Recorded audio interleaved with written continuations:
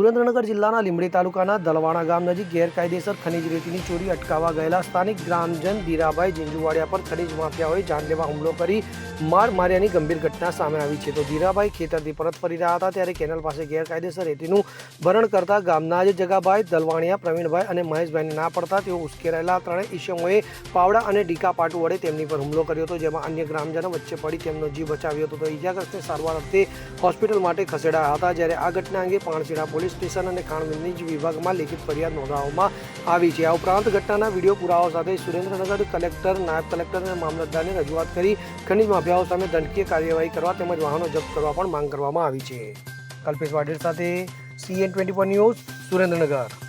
હવે જુઓ દેશ દુનિયાની તમામ ખબરો તમારી આંગળીના ટેરવે. ઉઠાવો મોબાઈલ અને Google Play Store પરથી ડાઉનલોડ કરો અમારી CN24 ન્યૂઝ મોબાઈલ એપ.